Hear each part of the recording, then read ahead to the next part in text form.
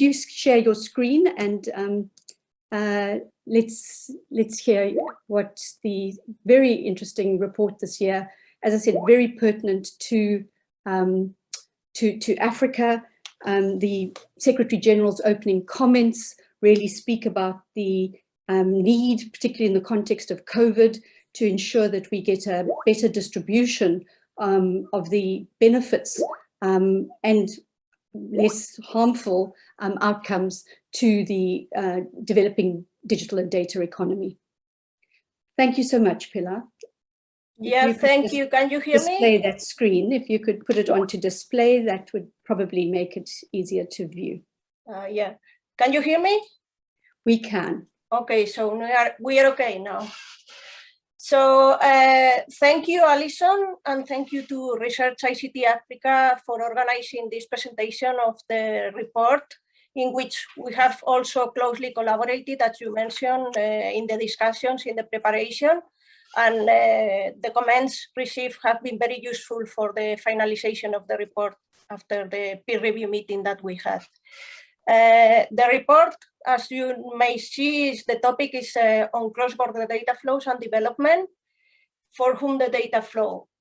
And the main reason for focusing on this topic is basically because we are seeing with the evolution of digitalization and the digital economy that data have become a critical economic and strategic resource. We have there the words of our Secretary General of the United Nations, how they have become a strategic asset that is critical for the creation of both private and social value. It's not only private gains, but also data can be a public good for the society. And it is very important to look at how these data are handled in order to support the achievement of the Sustainable Development Goals. Data can have very positive externalities, and sharing data at different levels can be very beneficial. But we also know that there can be negative repercussion with the use of data. We see that the distribution of the gains of data are very asymmetrical, that there are a number of, we will see in some statistics, there are a number of a few digital platforms from developed countries that are able to appropriate most of the gains. There are also negative implications related to the abuse and misuse of data, and there are implications in terms of human rights related to privacy, surveillance, the freedom of people, and also there are also some risk linked to the functioning of internet that may be depending on how the data are governed, and may prevent the full realization of benefits from the digital economy. Basically, this report is the continuation or the natural follow-up from our previous report that was focusing in 2019 on the value creation and capture in the digital economy and the implications in developing countries, where we focus on the important role that in the digital economy had digital platforms and digital data as a new element that is key for the economy and for economic development. And we already hinted some issues related to the international dimension of data, but this report is digging in more depth in the topic of cross-border data flows, because we have seen in many aspects that there were many gaps in the literature and in the policy debate about there was the need to go and increase the understanding of what data and cross-border data flows are, because data are different to many other goods and services, and data flows are a kind of a new international economic flow. They are not really international trade, and there is a need to treat them in a different way when we go to global governance.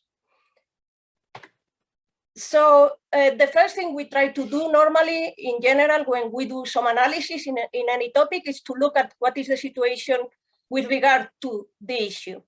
In the digital economy, it is quite problematic because the data, the statistics are not so easily there to be found.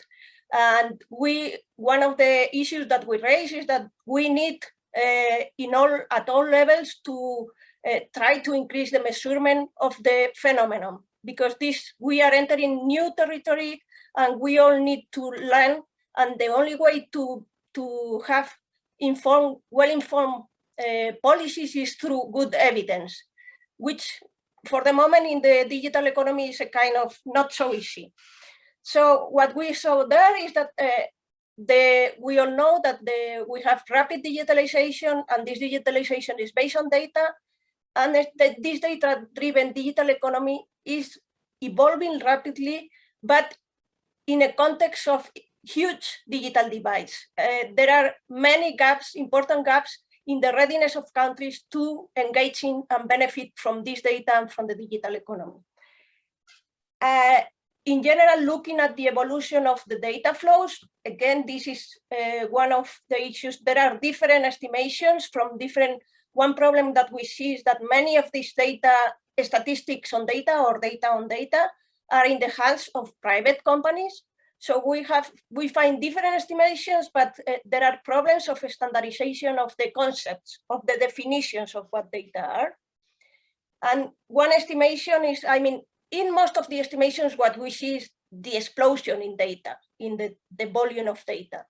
One estimation here that we saw is that global internet protocol traffic in 2022 is expected to be higher than all the internet traffic up to 2016.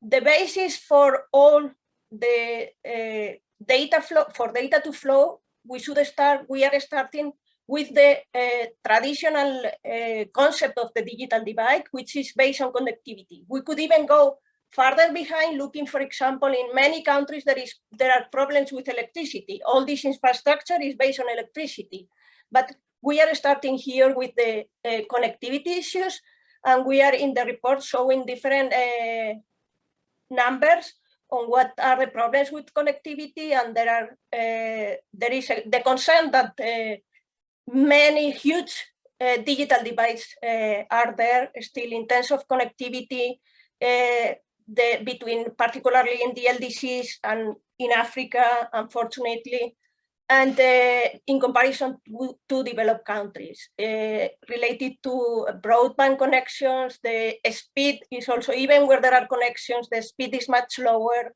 and the price is much higher, which is quite problematic for countries to really benefit.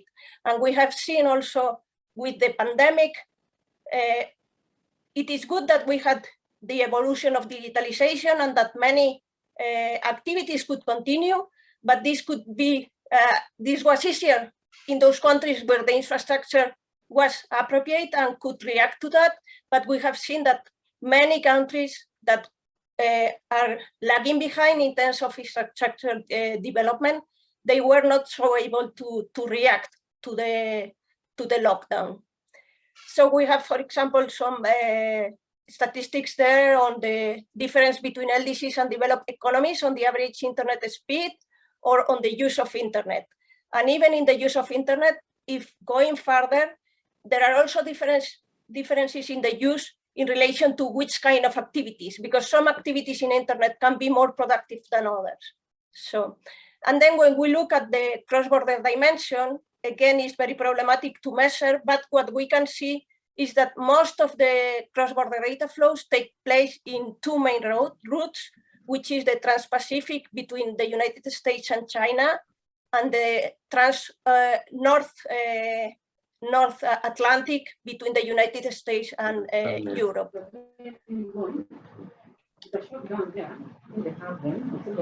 Another important issue is the asymmetry in the distribution of the benefits, as I already mentioned, that we see is in terms of countries, there are two countries which are the major front runners in the data-driven digital economy, which is the United States and China.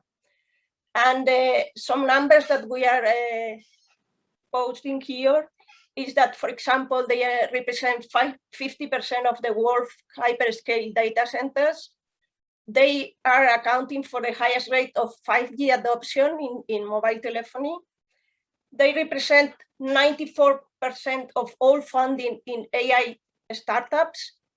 And when we move to the global digital platforms that are the ones that are really in a privileged position to collect the data and then benefit from them, from the processing and use, 90% of the capitalization, market capitalization of the world's largest platforms, which are mainly from these two countries, is really in these countries. And this largely, we see that these digital platforms are really increasing their power in all the stages of the global data value chain, from collection, transmission, storage, processing, and use.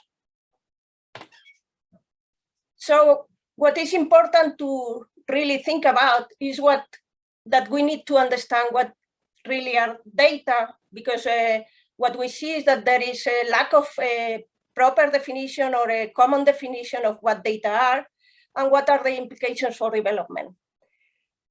It is important to think that data are multidimensional. From the perspective of UNCTAD, normally we are more in because we are trade and development, we focus more on the economic dimension. But we think that in the case of data, you cannot only focus in one dimension. It is important to look at the fact that data are more than an economic resource. In the economic dimension, we see that they are private. There are private gains that can be obtained from the companies, for example, through targeted online advertising, digital platforms, or digital services, data services. But there is also social value from the data, because aggregating the data is bringing more advantages for the society, the use of data in a complementary way. So data can be seen, some data can be seen as a public good. So there will be an incentive for the possibility for public policies for reasons of equity and for reasons of efficiency. In the sense of equity is because it is very important to look at the distribution of the gains from the data, because what we see is that from the perspective of development, we can differentiate between the raw data and the data products. And there is a value that goes in the data value chain, a value added. And it is important that developing countries are able to capture this value added. And they are not only considered, or they are not only placed in a position of only being spots for collection of data, so that the value goes out of the country. So it is very important to have this possibility, and it is important to build the capacities to create development in the country and to have domestic value added from the processing of the data. So it is also important to look at the non-economic dimensions, because data are also linked to issues related to human rights, like privacy, surveillance. They can have an impact on democracy. So privacy and other human rights are very important, and also issues related to security and peace, to national security. So the issues at stake that we consider in all these contexts is that data are different from goods and services in many aspects, because they are non-rival, they are intangible, they have different, in terms of excludability, they can be at some point, in some cases, private when the company is appropriate, or a club good, but also a public good, which the state would be interested in promoting. Cross-border data flows are different from trade. They are, this we see that they are now being included in the negotiations on e-commerce, and they are included in trade regimes. But we really think that they are a different kind of international flow, basically because of this multidimensionality, because we cannot separate these different dimensions of data. The implications of cross-border data flows also may vary by the type of data. So it would be very important to look at the taxonomies of data, because maybe some data are to be kept inside the country, and this is to be decided. The location of the data, and I'm talking here about the location, which is different to data localization, is just the physical location of the data in an objective manner. It may depend on a number of factors that may be economic, may be political, but also technological and in relation to the availability or the reliability of infrastructure or energy, because data centers are maybe high energy intensive. So in the end, for the development, what we see is that data access and use are very important. It is not so important to think in, or not, it's not that it's not important, it's that it may not be appropriate in terms of data because of the specific nature to talk about ownership. And it may be more useful to discuss about rights of access, control, and use of data. It is important to look at the different levels of readiness of, to benefit from the data, as I mentioned, because the capacity to benefit from the data is going to determine really the possibility to benefit. And so this is one aspect that needs to be looked at in the different data strategies. And it is important to revert or to avoid that it is only a few digital corporations that, because they are in this privileged position to access the data and collect the data, and they have the capacities to turn the data into digital intelligence, but this is really contributing to highly uneven results and in terms of development. So what we see is that there is a role for public policies in what relates the governance of data and cross-border data flows. And this has been even more evident with it was very evident before the pandemic, because these changes in technologies, in digital technologies, are advancing very quickly, and policymakers are struggling to cope with all the changes. But even the pandemic has accelerated the trends, the digitalization trends, but also the need to regulate and to try to handle this data in a proper way. These public policies are needed, as I mentioned, for efficiency and for equity reasons, and this should aim to maximize the gain from the data economy while minimizing the risk involved. It is important to ensure an equitable distribution of the benefits. Public policies need to address complex policy trade-offs that are involved between different actors in the economy and in the different countries. But what we also see is that in the debate, there are some oversimplifications that call for extreme positions on free data flows on one side or data localizations on the other. And we don't think that they are particularly useful. And it's our aim in this report is to try to redirect the debate to try to find some middle ground solutions. So our idea of global data governance is that it would need to take a holistic, multidimensional, whole of government and multi-stakeholder approach. So also for informing the debate, we have done an analysis of the situation of the governance on data in general and data flows more in particular in different countries, and afterwards by regional and international level. So when looking at the national approaches, first we have focused on what are the main areas of influence, because they are really having some impact in what is going around in some big countries or big influential regions. So we look at 5 of them in the report, but the ones that are really having most influence are United States, European Union, and China.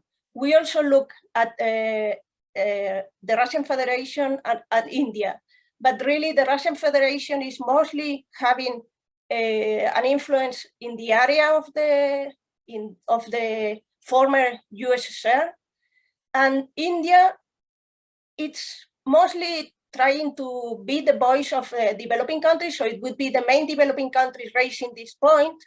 But in the end, the situation of India is particular in terms of the size, the kind of market, and the characteristics. And one thing we are trying to stress is that all these regulations, there is no one size fits all. And it is important to look at the particular conditions. So in the end, here I'm presenting the approaches that are really having more of a global influence, and that would be first the United States, where they privilege the control of data by private companies.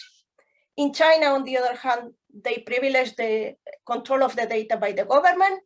And then the European Union is basically more based on regulations and is control of data by individuals based on the fundamental rights. So the problem with these three major approaches is that they may create a risk of fragmentation in the digital space and the internet, which means that the benefits of cross-border data flows may be diminished. There are tensions among these major players, and we have particularly heard about the tensions between China and the United States. These tensions reflect a race for leadership in technological developments to gain economic and strategic advantages.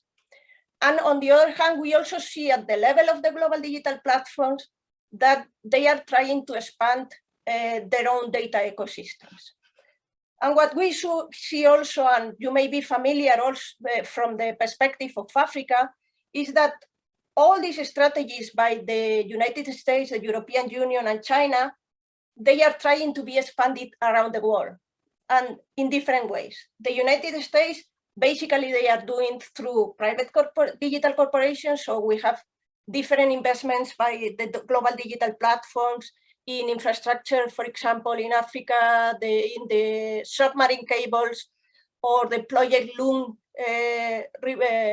project, or the free basics. So in order to supporting the internet access in Africa, but this may also have the consequence that they have more access to the data too.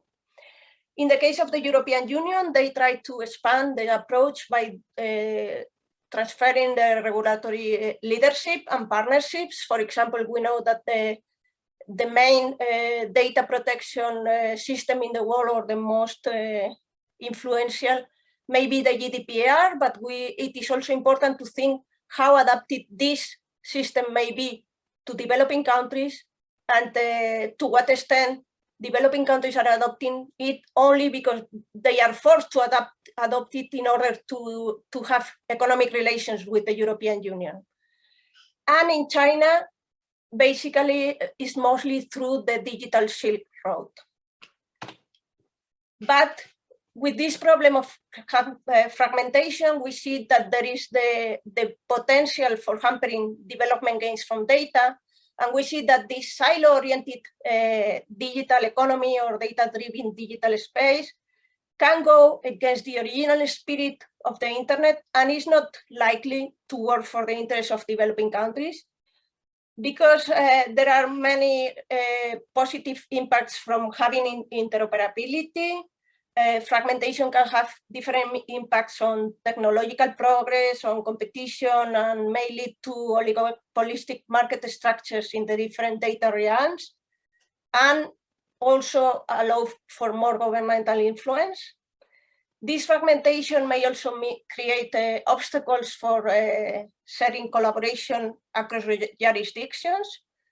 But it is clear that if we don't have an international system that regulates data flows in a way that benefits can be maximized, and in a way that they are equitable, sharing in an equitable manner, while minimizing the risk associated, countries don't see any other option than regulating their own data and restricting them to meet some policy objectives. So this would go to in the report, we present a mapping of national policy approaches. As I mentioned, the clear conclusion is that there is no one-size-fits-all way for regulating these cross-border data flows. There are different conditions in the countries in terms of technological, political, social, economic, cultural, and institutional aspects that determine the national approaches. Policymakers have different rationales to regulate cross-border data flows, having different objectives. It may be economic development objectives, it may be the protection of privacy and other human rights, it may be for law enforcement reasons or for national security, but all these are legitimate national policy objectives. And the legal instruments that cover all the measures that are that relate to regulation of cross-border data flows, they are a quite wide range that are listed there. They go from data protection, cybersecurity, to taxation and accounting.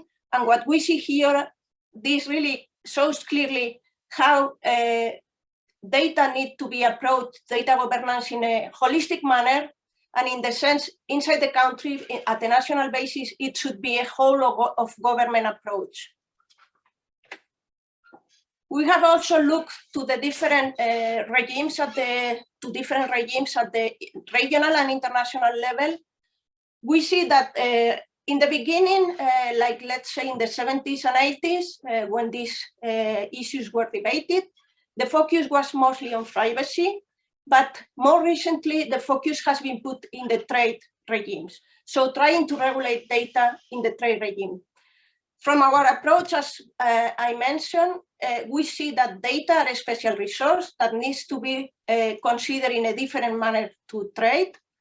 And we think, we are not saying that they should not be regulated by looking at the trade dimension, but because they are multidimensional, they should be look at from the different dimensions, because maybe if the regulation is done separately in different areas, there may be conflict. So it would be better to do the regulation in a holistic and global manner.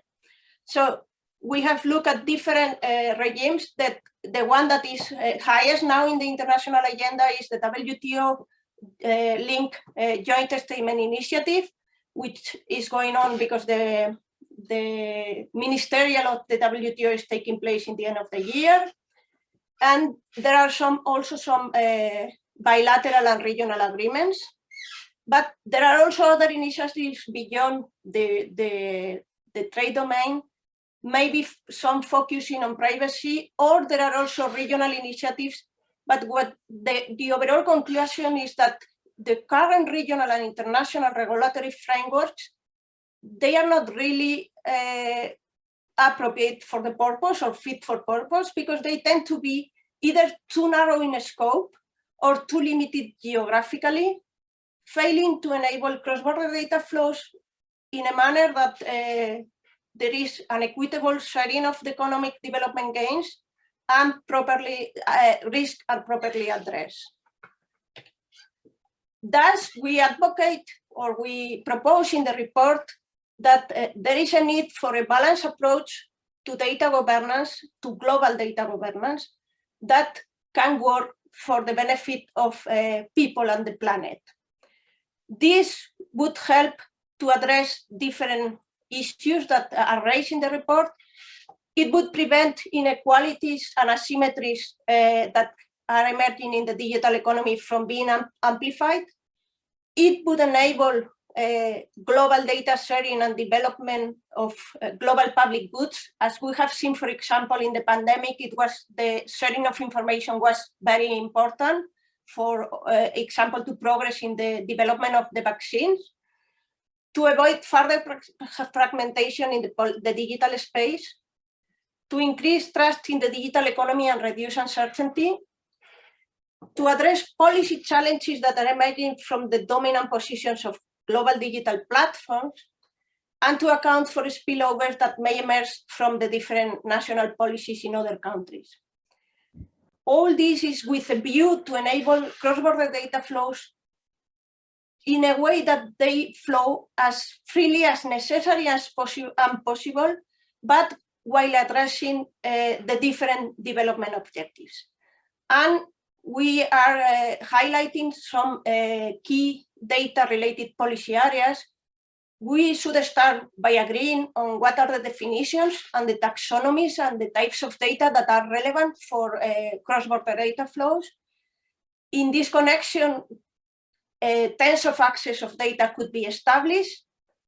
it is very important to strengthen measurement of this phenomenon of the digital economy and the data and data flows, because without knowing what is going on, it's very difficult to really have evidence-based policy making.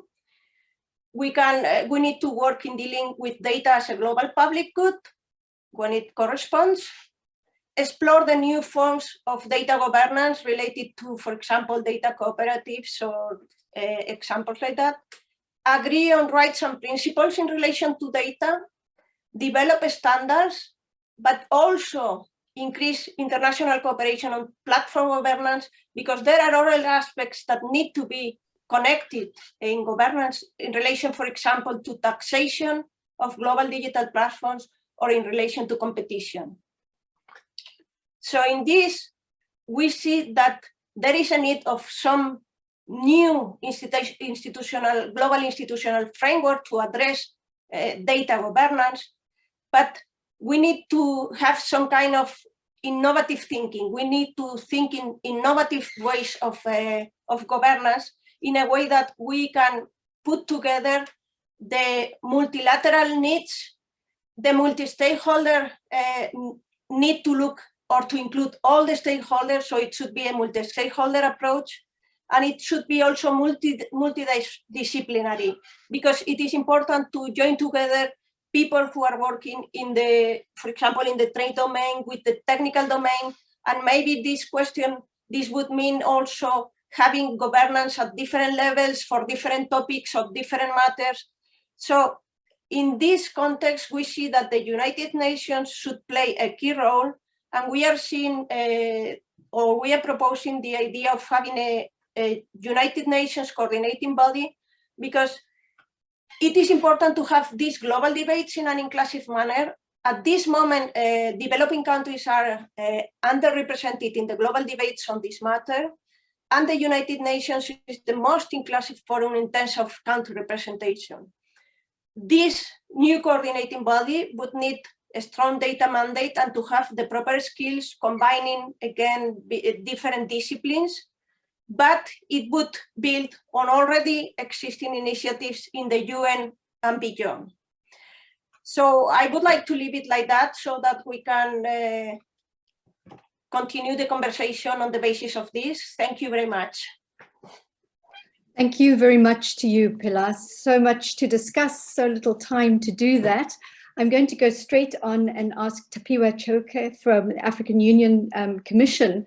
Tapiwa, there's so many issues here that come up for the African Union Commission, both in terms of being able to respond as a coherent region in response to these new proposals around, multilateral coordination of data governance. But I want to, in your case, particularly go to some of the trade issues. The report makes the point that, data should not be equated only with digital trade and goods and services. And that, it really requires, treatment differently, to be treated differently from that, particularly because of its multidimensional nature. And I'm just wanting you to speak about that a little bit in the context of initiatives by the African Union Commission that acknowledge the important role of data, that acknowledge the important governance and policy functions of data for, beyond data protection, which is basically how it's been handled in the past. But I thought if you could really speak to us about that, and particularly also if you could touch on the issues of, the problems of fragmentation, the benefits of harmonization in order to get the kind of interoperability that we need for the economies of scale and scope for, value-driven data development on the continent. Tapiwa, so many things there. If you could touch on some of those, but of course, if there are other specific points, please do make them in the next few minutes. Thank you. Thank you very much, Alison. I'm not too sure if you can hear and see me clearly. We can. Yeah, indeed, quite a lot of issues that are raised by the report, and indeed it is important for us to actually try to drill deeper within the all aspects with regards to data and cross-border data flows. I'll just take a step back to actually reflect on what really, how big are we talking about here, and actually indicate that a cross-border data flow recently has out-contributed, or rather contributed more than cross-border traded goods. Some research indicates to the value of 2.8 trillion. And it is important for us to actually have that at the back of our head, to actually know that, you know, we're talking about something which has the potential of not only changing the global economic prospects, but also changing the economic prospects for developing countries. This is in terms of course, in trading goods as well as traded services. Cross-border data flows has quite a huge impact in as far as traded services is concerned. I can note just a few services, that is digital finance or fintech, ed tech, digital health. So all these make use of cross-border data flows. And if we are to look at the trade and services, which right now has predominantly gone digital, we'll see that any restrictions within the or any restrictions of policies of cross-border data will have a severe impact in as far as trade and services is concerned. So it is important for us as policymakers to take note of some of these things, and like what Pilar was saying, that, you know, try to come up with a more balanced approach in as far as policies and regulations are concerned. Indeed, there is currently no experience which can actually influence policy making, because this is a new field, you know.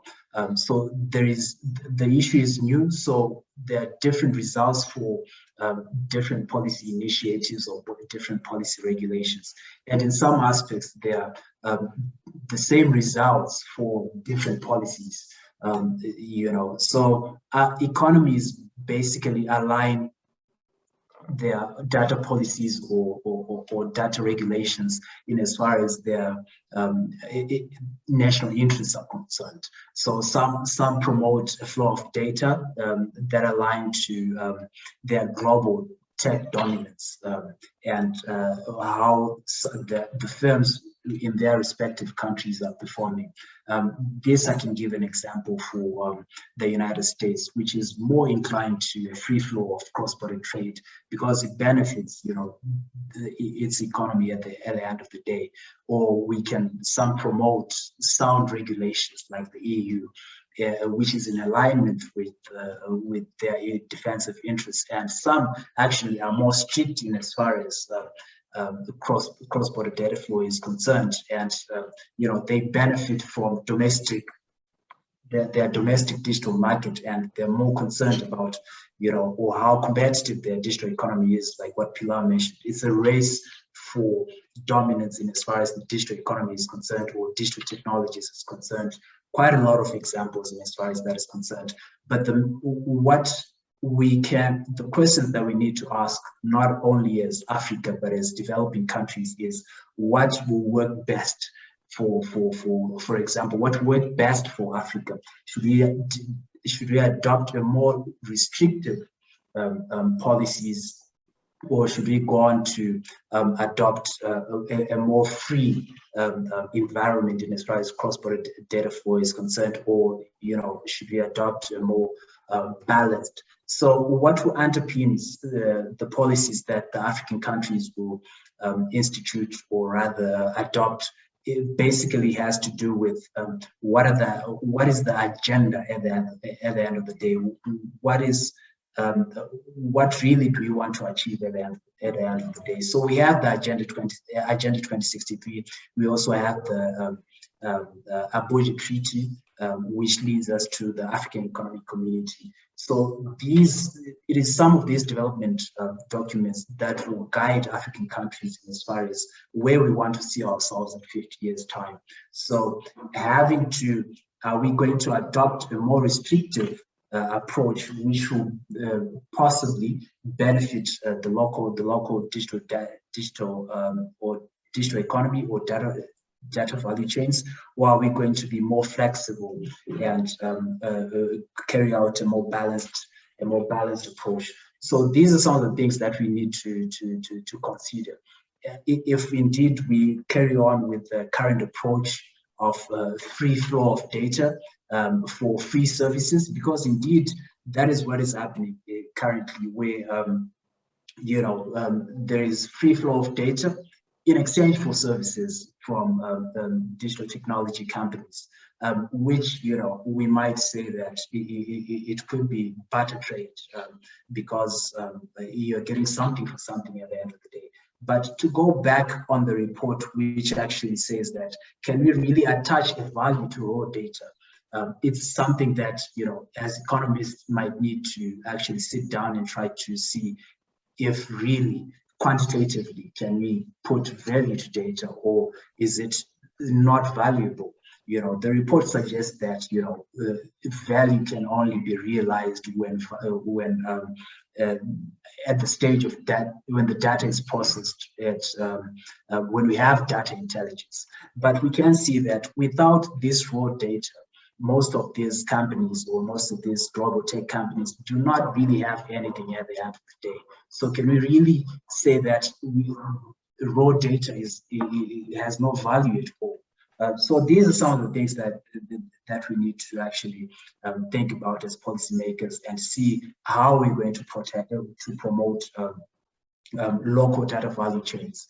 And I would like to indicate that what we will do, or rather what we need to think about, is what value is going to be added to the economy at the end of the day. If we retain value within these locally developed data value chains, it means that we retain wealth, because we are creating jobs locally at the end of the day. From creating jobs, you have an increased income per capita for Africa, and also it creates local demand, not only for the digital economy, but as well as for other sectors. So the chain will actually go on, and when local demand is concerned, when local demand is created, we get more investments in as far as other sectors is concerned, more jobs are created, and we lock in that wealth in Africa, and we lock in that development. I think for now I'll stop here and give others a chance to speak. Thank you. Thanks very much, Tapiwa. You've raised a lot of important points, and particularly some of these difficult trade-offs, policy trade-offs that need to be made.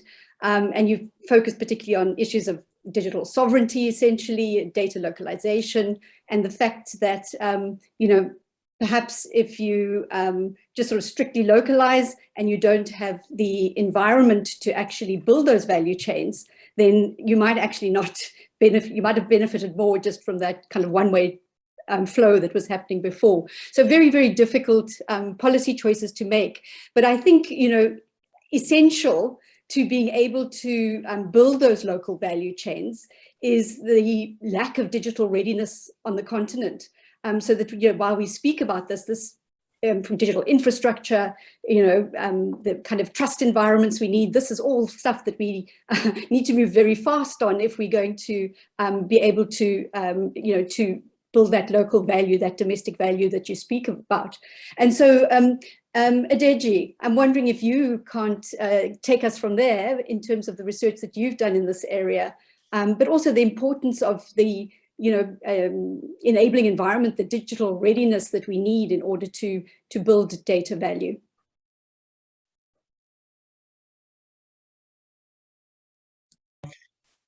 Okay, thank you. Thanks, Malinsen, and thanks, everyone. So speaking to the important issue you raised around digital preparedness. So, I mean, like previous speakers has highlighted, cross-border flow and policy around it is kind of a dilemma for Africa, because looking first at the kind of landscape, we are not, I mean, as the UNCTAD report clearly shows, African is not up there in terms of cross-border flow.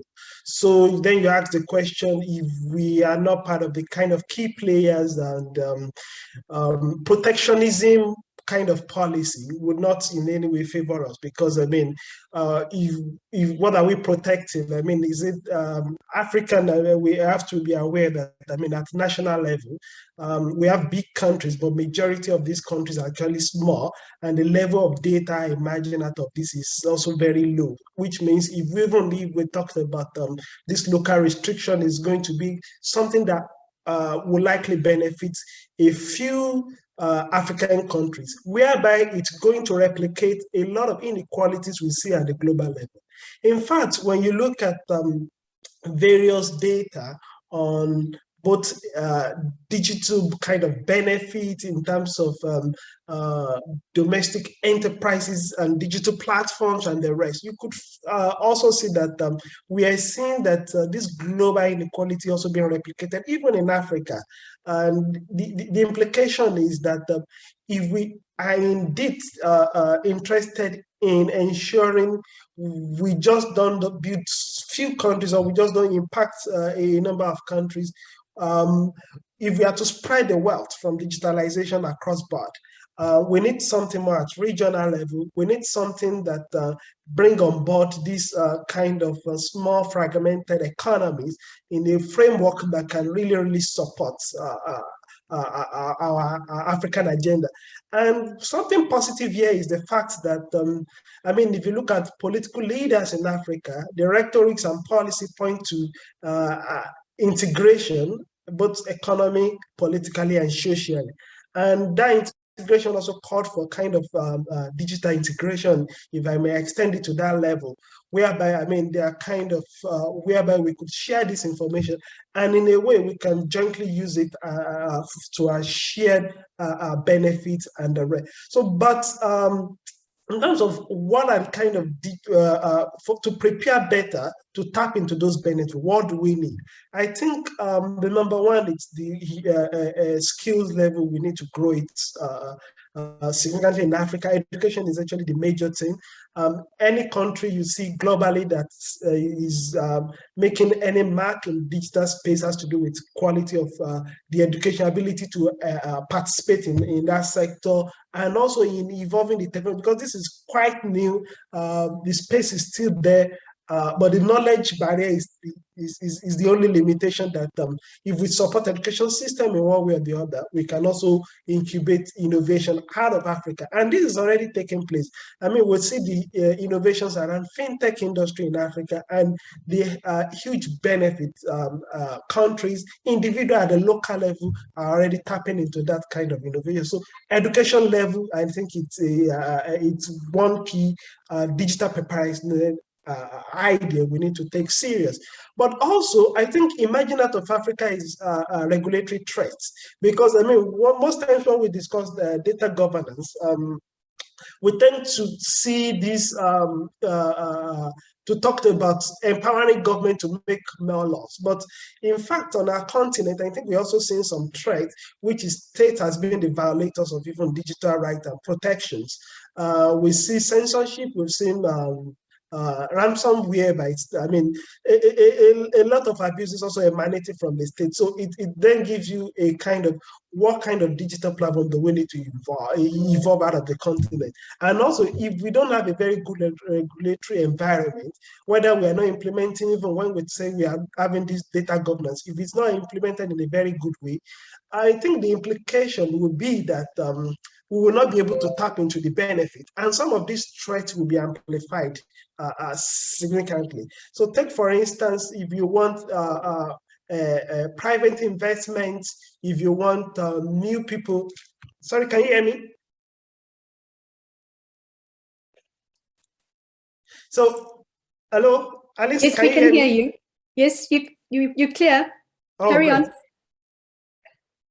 Okay, so if we look at, I mean, some of the issues coming up on the continent, I mean, it's something that could limit private sector development and private sector local development. So those regulatory issues too needs to be sufficiently and significantly addressed in terms of making clear in terms of the boundary where we have this kind of states intervention.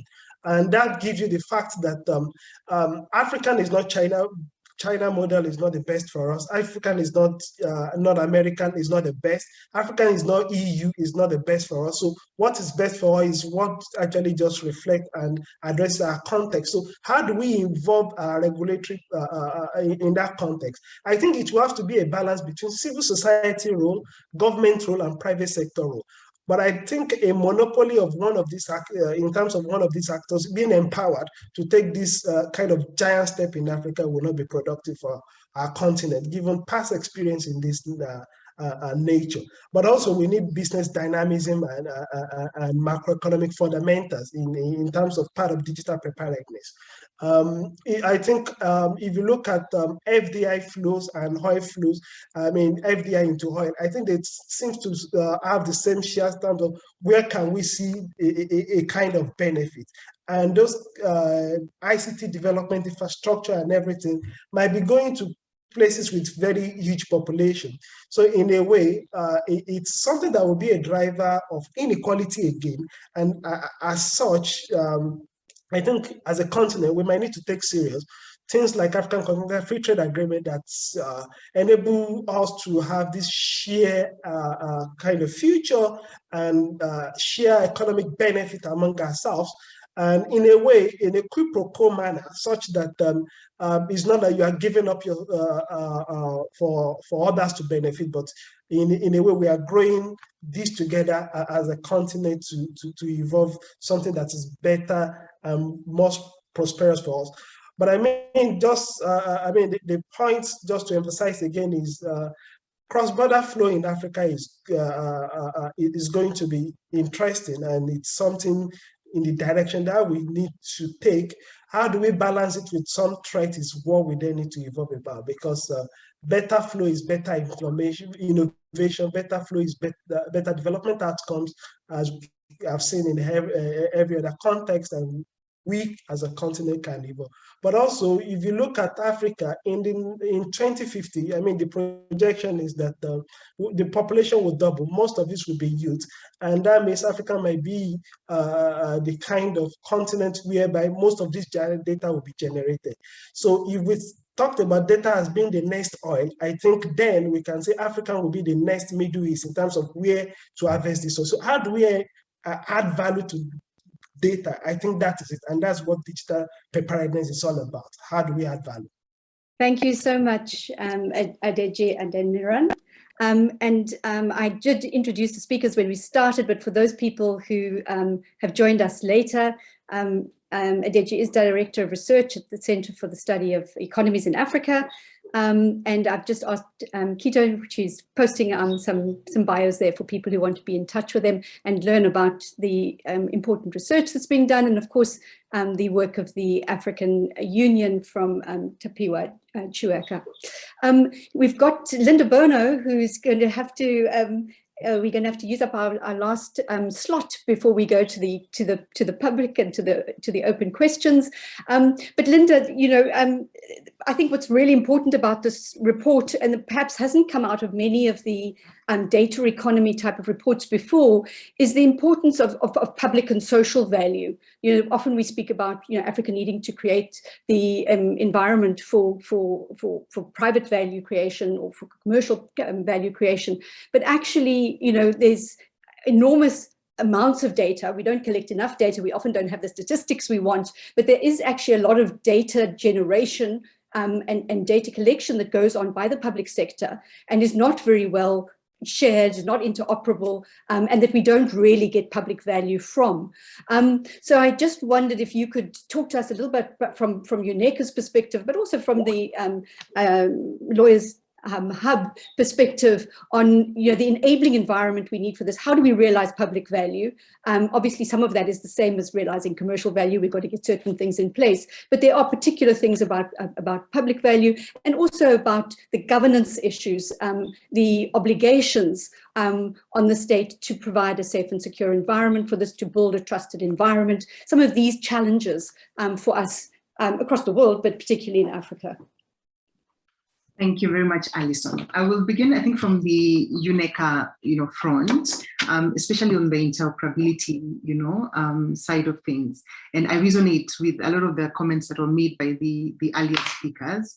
And maybe just to highlight a few of the initiatives that have been done by UNECA. There's a bit of, I think, came out of the AU initiatives on the digital ID interoperability framework that's currently ongoing, as well as the continental data framework, the data governance framework, which UNECA is part of both processes. I think what I would maybe want to highlight, which the report points to in terms of raw data versus digital intelligence, which I think is really, really important for us to highlight and really focus on building value and getting to digital intelligence. And looking at this first from an AI perspective, that Africa, like we used to do, would send out cocoa beans and then maybe buy back the products, and so we'll buy coffee at such high costs, yet we produce the raw material ourselves. And the same is true for data. Where we'll get all this data from Africa, where we're churning out the data as raw data, but then we're buying it back as digital intelligence. And I really love that about the report, bringing this to the fore. So I think it's important to look at how, the continent would maybe engage on artificial intelligence and governance, because it's simply just the use of these data sets for next level. Maybe one of the interventions that I'm seeing in Europe as well as in the UK is maybe a push towards having a digital safety bill, in that sense, to looking at how do you protect the users. But then also too, I would want to, maybe touch on the approaches, the governance approaches that have been highlighted on the report, which I found to be really, really, it was apt, because I think most governments in Africa have not taken the, maybe the American approach where it's really data in the hands of private sector, but maybe the Chinese approach where it's protectionist and looking at data that should really be belonging to government, or making it such a government issue rather than a societal issue. And so they look at it in terms of national security, and we've seen this especially with digital ID interventions across the continent, just gathering large sets of data, but then taking it from the approach that the government is the one that runs national security and data is a national security issue or a law enforcement issue.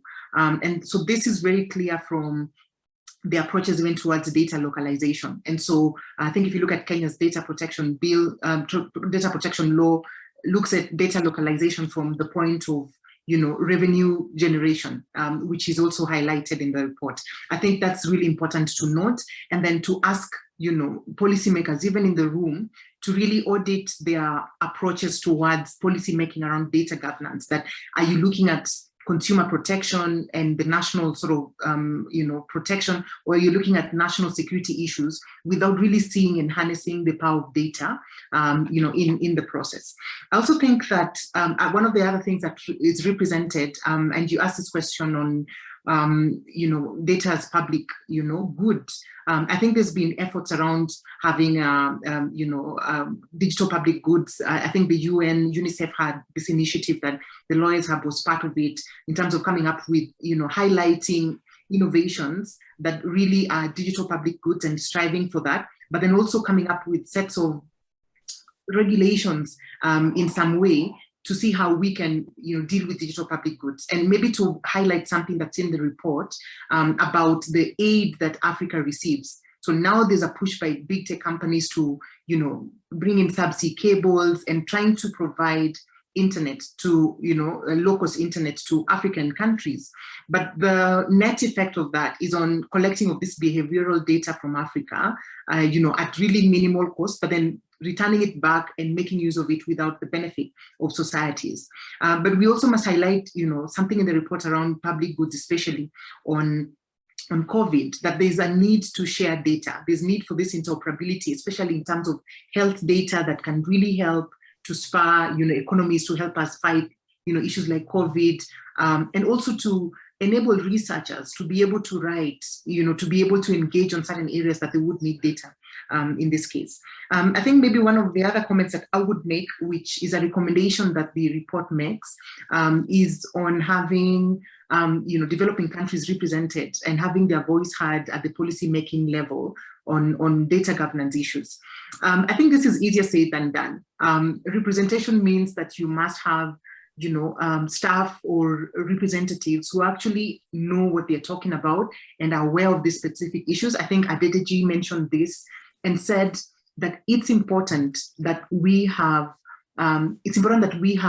policymakers who are aware their digital capacity is enhanced, because we still have that really lacking within the continent. And so what we come up with are laws and regulations that really are a copy-paste of other economies and not something that would ideally work for Africa. The other thing I think is in terms of representation and having our voice heard at global platforms. It means that there needs to be aid to help people to go for those forums. And maybe we can learn from the Internet Governance Forum. The UN would sponsor a few people to go and be part of these conversations. It makes a difference, but it's not enough. We need other players coming in to be able to, enable other people to come in on board and be part of this policy-making process. I think the final recommendation that's coming up from the report is really a multidisciplinary and a multi-stakeholder approach, which I think has been highlighted before.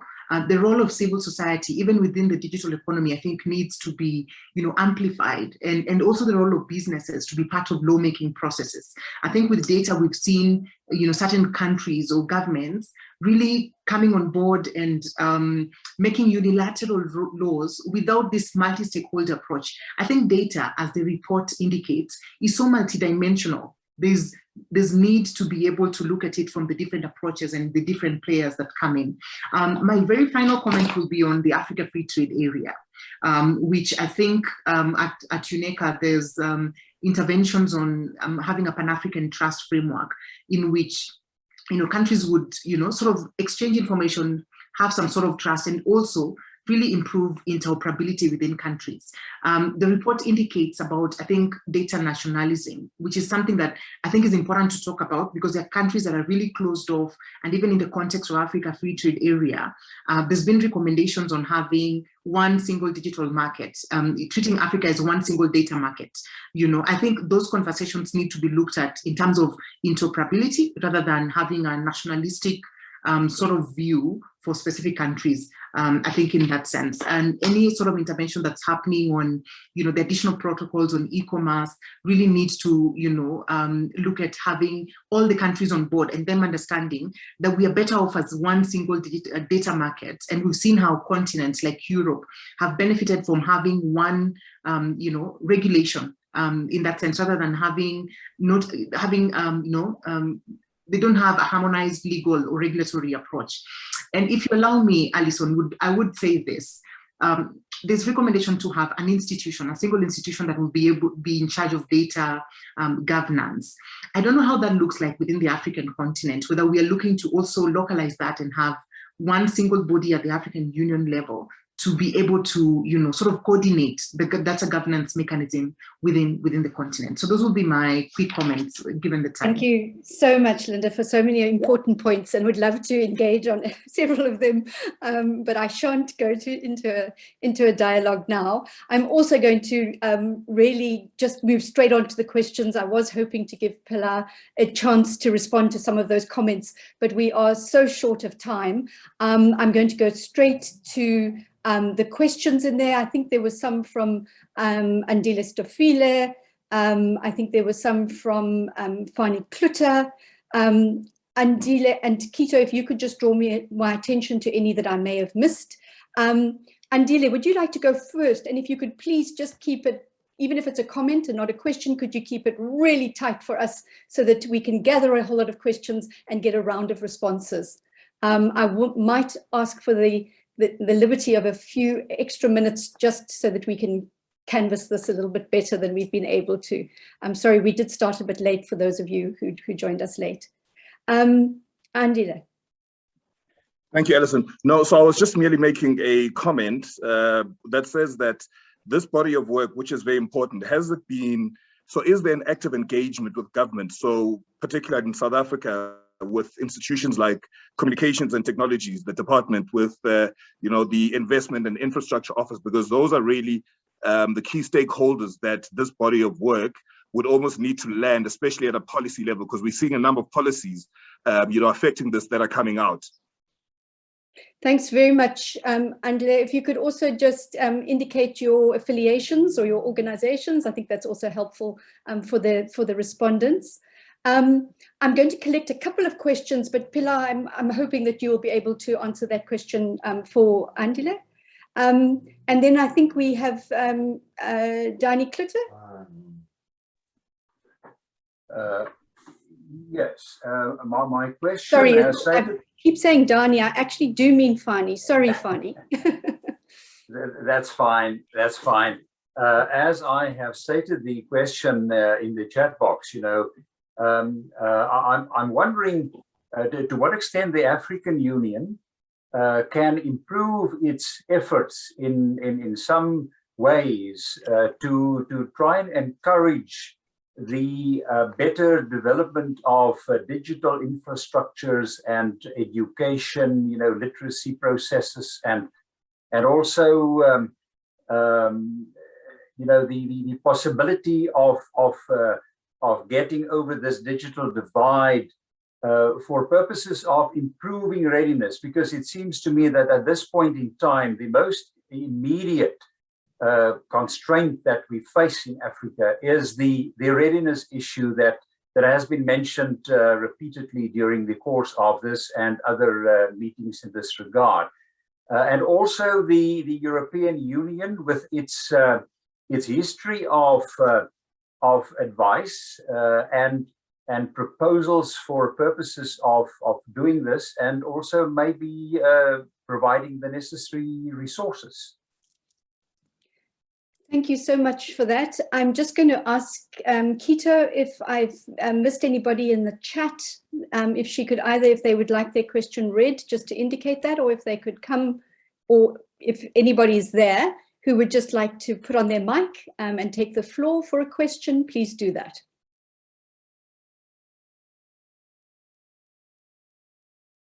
No?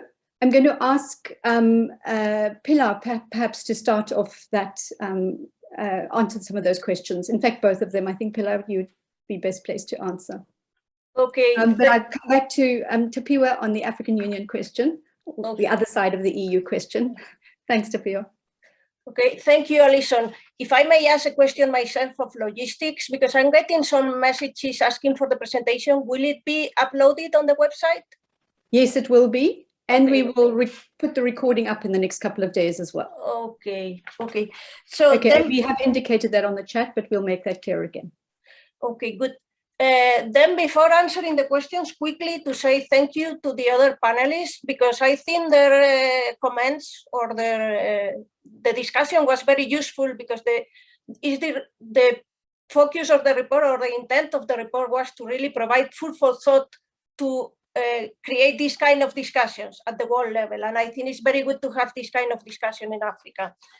On the particular question from Andile of the engagement at national level, just to explain, the work of UNCTAD UNCTAD works mainly in 3 pillars of work. We have the research and analysis, we have the intergovernmental consensus building, which is then working with the countries or they themselves, they have their debates to come to some agreed policy recommendations, and then we have technical cooperation.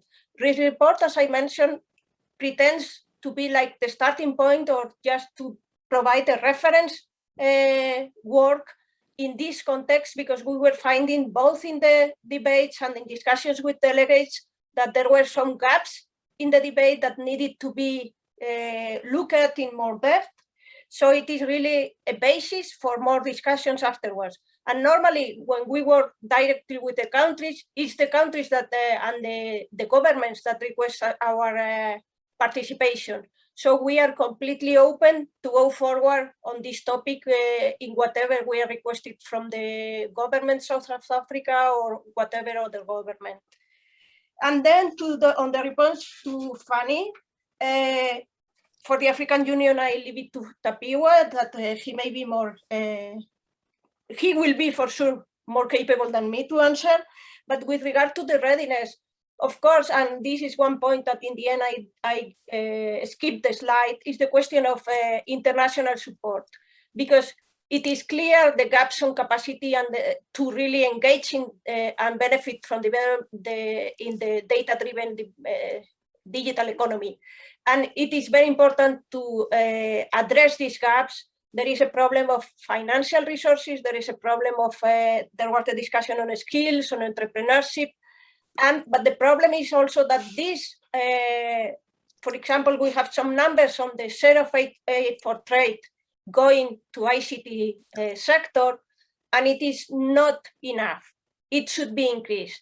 And in UNCTAD, we are really working in that sense so that the developing countries can get, and particularly those which the higher device or lower in the situation. We are working on that, and we also, I don't know if you have heard about the program on the e-trade readiness assessments.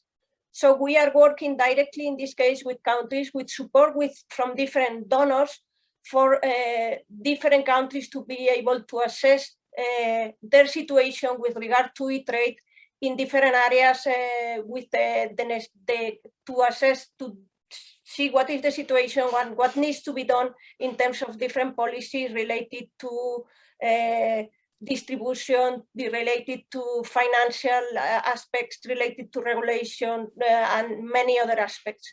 So there are things going on, but of course there is much more to be done. So I would say that this is it.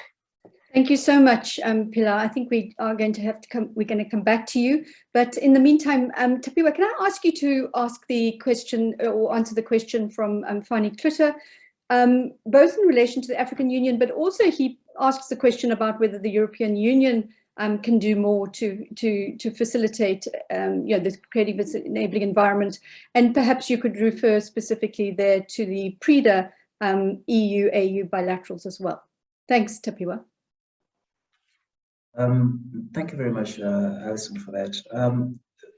Well, I think to start off, I would say we do have quite a number of initiatives that the African Union is currently pursuing, including the e-commerce strategy.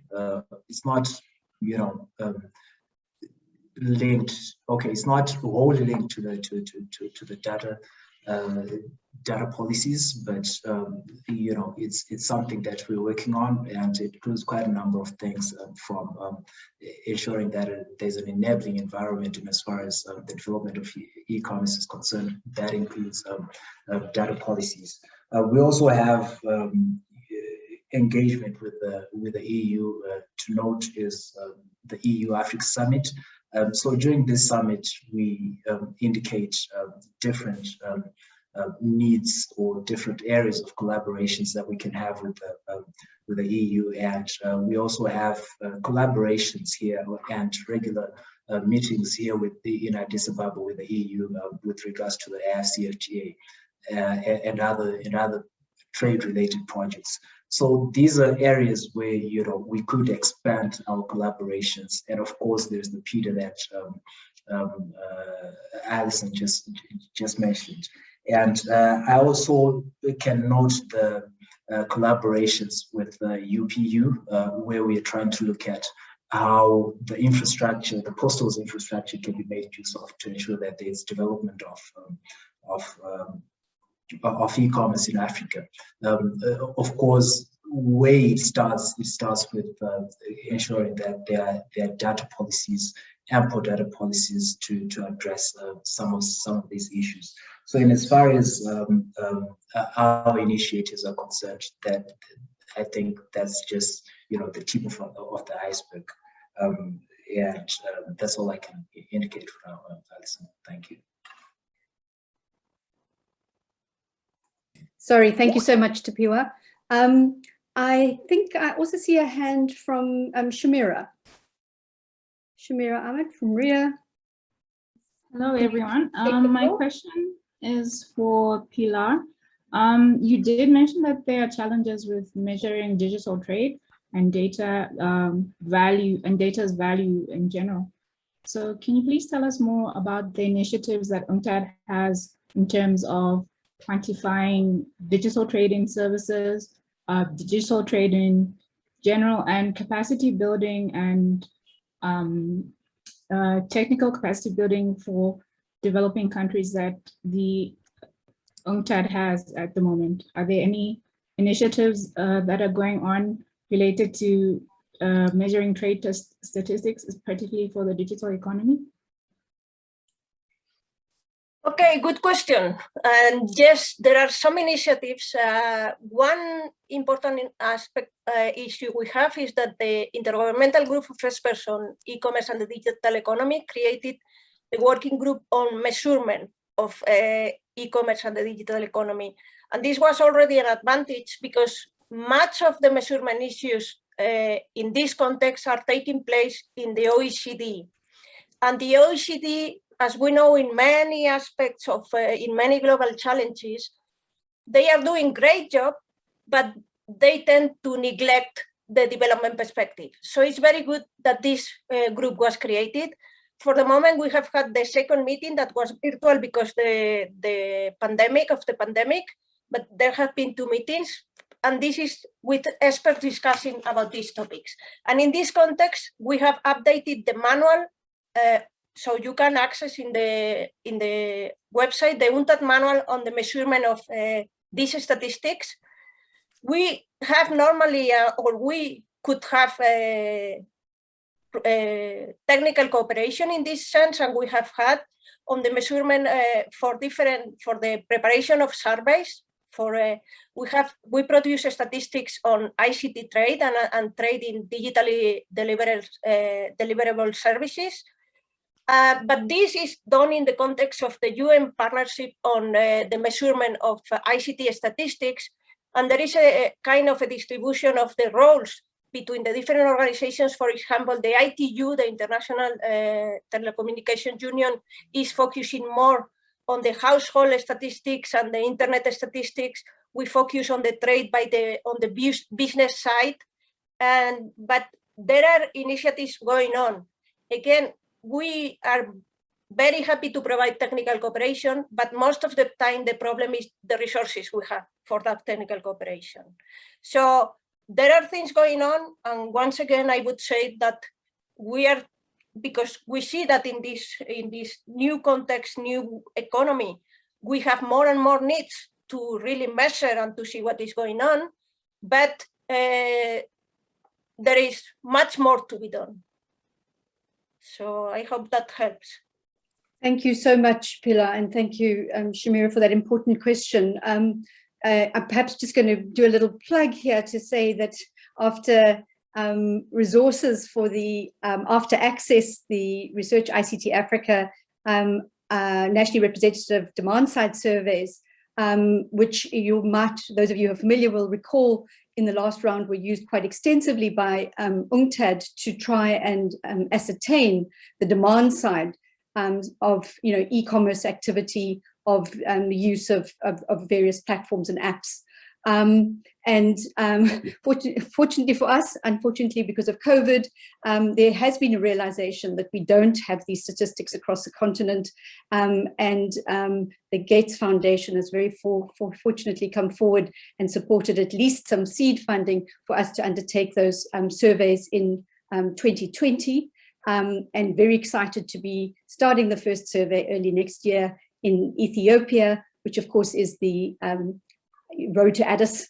The ITU meetings will be held there, development meetings will be held there next year. So very excited to get some of that absolutely critical data that we are so short of in Africa. But even with that very small number of countries, we don't begin to cover the continent, and much need for collaboration with UN statistical bodies, UN bodies collecting indicators, and of course our regional economic communities and the African Union as well. So I just want to give our other panelists literally 30 seconds just to make a closing comment, but to thank Pilar very much for spending the time and taking us through this very important report, I think, a very timely report. Let's start the other way. Linda. I wasn't ready for that, but I think in closing, I'd really want to close with I think the final comments on, you know, what next. There's need for involvement, I think on the global sphere for Africans especially. I also think that too, there's a need for an ecosystem of laws that don't look at, you know, data from, you know, a national security perspective, but looking at how to get, you know, Africa digitally ready, broadband laws that will ensure there's actually access and people can come online. I think that's still important because 20% of, from the report, only 20% of LDCs, I think, have data protection laws. I think it's important to, you know, continue to come up with these laws, but from an approach that is very balanced in terms of human rights, economy, as well as social good. But thanks for having me on the panel. I appreciate that. Thank you so much, Linda. Adeji, can I ask you to give us 30 seconds? Thank you. Okay, thank you. So, so from my end, 2 points. One is the fact that, I mean, in our discussion of data governance and enhancing it, the locus of accountability is very central, which means whoever we designate as having the right to share, to host this data, needs to also have the, an element of how will they be held accountable for violation and the rest. And so that means a principle of check and balances. But also, I also believe we need to balance our approach in what we're doing. I think this has been said here in terms of bringing many stakeholders in terms of multilaterals, civil society at the local level. But importantly, we still need better research and more data in order to do more in terms of doing better in policy. Thank you so much, Adeji, very important. And finally, Tapiwa. Thank you very much, Alison. I think one important thing that I could indicate is that to do with coordination. We don't have coordinating institutions with regards to data flow at national level and regional level. So to enhance these policymakers and the integration of Africa generally, I think it would be important to have such institutions which are able to coordinate these data policies and frameworks at a regional level and as well as at a continental level. Thank you very much. Thank you so much, Tapiwa. Final word from Pilar. Okay, thank you. I really don't have much to add. I think this has been a very interesting discussion, and as I'm saying, this was the idea of the report, to provide the basis for discussions and proof of thought. So I really thank you very much to all of you for providing so useful comments. And thank you so much to you, Pilar. Thank you so much to our stimulating participants. And thank you, of course, to the RIA team who makes this all happen behind the scenes, to Nashilonga, to Nawal, to Naila, and of course to Keita. Thank you so much. We will be making the recordings public, and the presentation from UNCTAD will be posted on the website. We hope to be in conversation on this matter. It carries on, and hope to be in conversation on other issues with you soon. Thank you all so much for your time. Take care. Thank you. Bye. Bye-bye. Thank you. Bye. Bye. Thank you. Thank you very much. Bye-bye. Bye. Bye-bye. Bye-bye.